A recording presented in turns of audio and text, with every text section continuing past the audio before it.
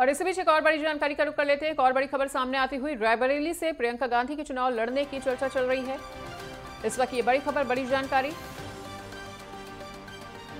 रायबरेली से प्रियंका गांधी चुनाव लड़ सकती हैं और सोनिया गांधी के लिए राज्यसभा के लिए नामांकन करते ही अटकलें शुरू हो गई।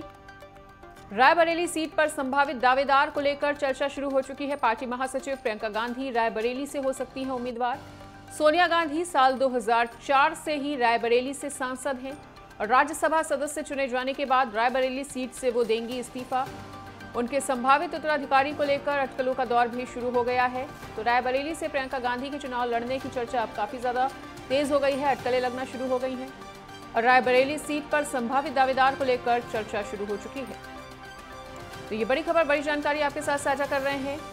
सोनिया गांधी साल 2004 से ही रायबरेली की सांसद रही हैं और सोनिया गांधी साल 2004 से जो रायबरेली की सांसद रही हैं, उसके बाद राज्यसभा सदस्य चुने जाने के बाद रायबरेली सीट से वो इस्तीफा दे देंगी और उनके संभावित उत्तराधिकारी को लेकर अटकलों का दौर शुरू हो चुका है।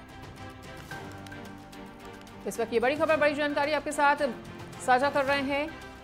नेटवर्क 10 पर बने हुए हैं लगातार बड़ी खबर के साथ। रायबरेली सीट पर संभावित उत्तराधिकारी को लेकर अटकलें काफी ज्यादा तेज।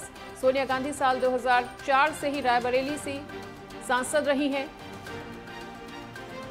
और रायबरेली से सांसद राज्यसभा सदस्य चुने जाने के बाद वो यहां से इस्तीफा दे देंगी। उनके संभावित उत्तराधिकारी को लेकर अटकलों का दौर शुरू हो चुका है और रायबरेली से प्रियंका गांधी के चुनाव लड़ने की चर्चा तेज होती हुई। और इसी खबर पर अधिक जानकारी के लिए एक बार फिर से रुख करना चाहेंगे अपने सहयोगी अनिकेत का। तो अनिकेत, रायबरेली से प्रियंका गांधी के चुनाव लड़ने की चर्चा अब काफी ज्यादा तेज हो चुकी है। सोनिया गांधी के राज्यसभा के लिए नामांकन करते ही ये अटकलें तेज होती हुई। क्या कुछ जानकारी साझा करना चाहेंगे इस बड़ी खबर को लेकर? बिल्कुल, देखिए अगर बात की जाए प्रियंका गांधी की, तो पार्टी की महासचिव है प्रियंका गांधी और अब ये उम्मीद जताई जा रही है कि जब सोनिया गांधी राज्यसभा की उम्मीदवार बनाई जा रही है, तो अब ऐसे में अगर बात की जाए लोकसभा की जो संभावित सीट की दावेदारी है, उस पर कहीं ना कहीं प्रियंका गांधी के नाम पर मुहर लगती हुई नजर आ रही है।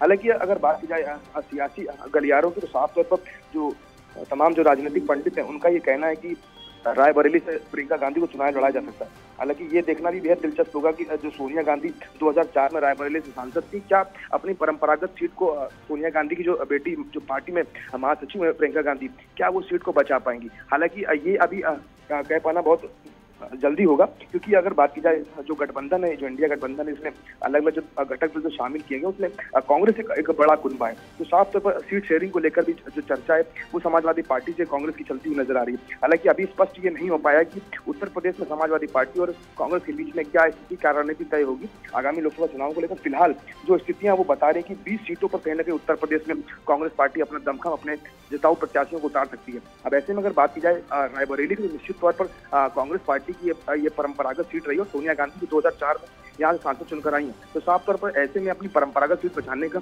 जो प्रयास है वो कांग्रेस पार्टी का है। तो साफ तौर पर जो पार्टी की जो महासचिव है और जिस तरह से महिलाओं को आगे लेकर चलने की बात कांग्रेस पार्टी कर रही है, और ये बात भी लगातार कांग्रेस पार्टी तरफ से की जा रही है कि आगामी लोकसभा चुनावों में कांग्रेस पार्टी अधिक से अधिक महिलाओं को टिकट देगी। तो साफ तौर पर ऐसे में प्रियंका गांधी पर दांव लगाना पार्टी के लिए एक मास्टर स्ट्रोक जरूर हो सकता है, लेकिन इस पर जीत कितनी सुनिश्चित हो पाएगी, ये निर्णायक जो फैसले आएंगे चुनाव के वो तय कर पाएंगे। लेकिन जो उम्मीद जताई जा रही है तमाम जो राजनीतिक पंडित हैं, वो ये बात जरूर करें कि रायबरेली से प्रियंका गांधी को चुनाव लड़ा जा सकता है। बिल्कुल अनिकेत, लेकिन आपकी बातों से भी अभी ये स्पष्ट होता हुआ नजर आ रहा है कि अभी भी कहीं ना कहीं पेच फंस जरूर सकता है।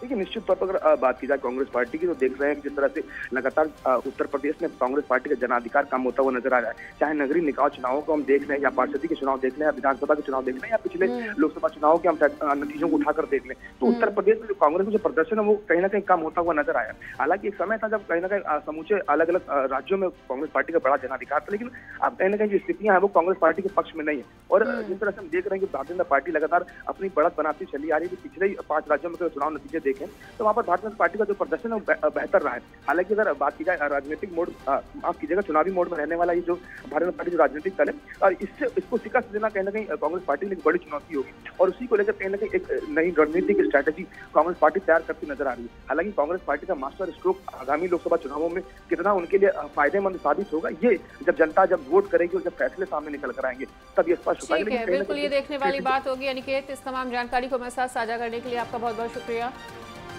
सोनिया गांधी साल 2004 से ही रायबरेली से सांसद हैं और अपनी परंपरागत सीट को बचाने के लिए प्रियंका गांधी को इस सीट से उतारा जा सकता है। फिलहाल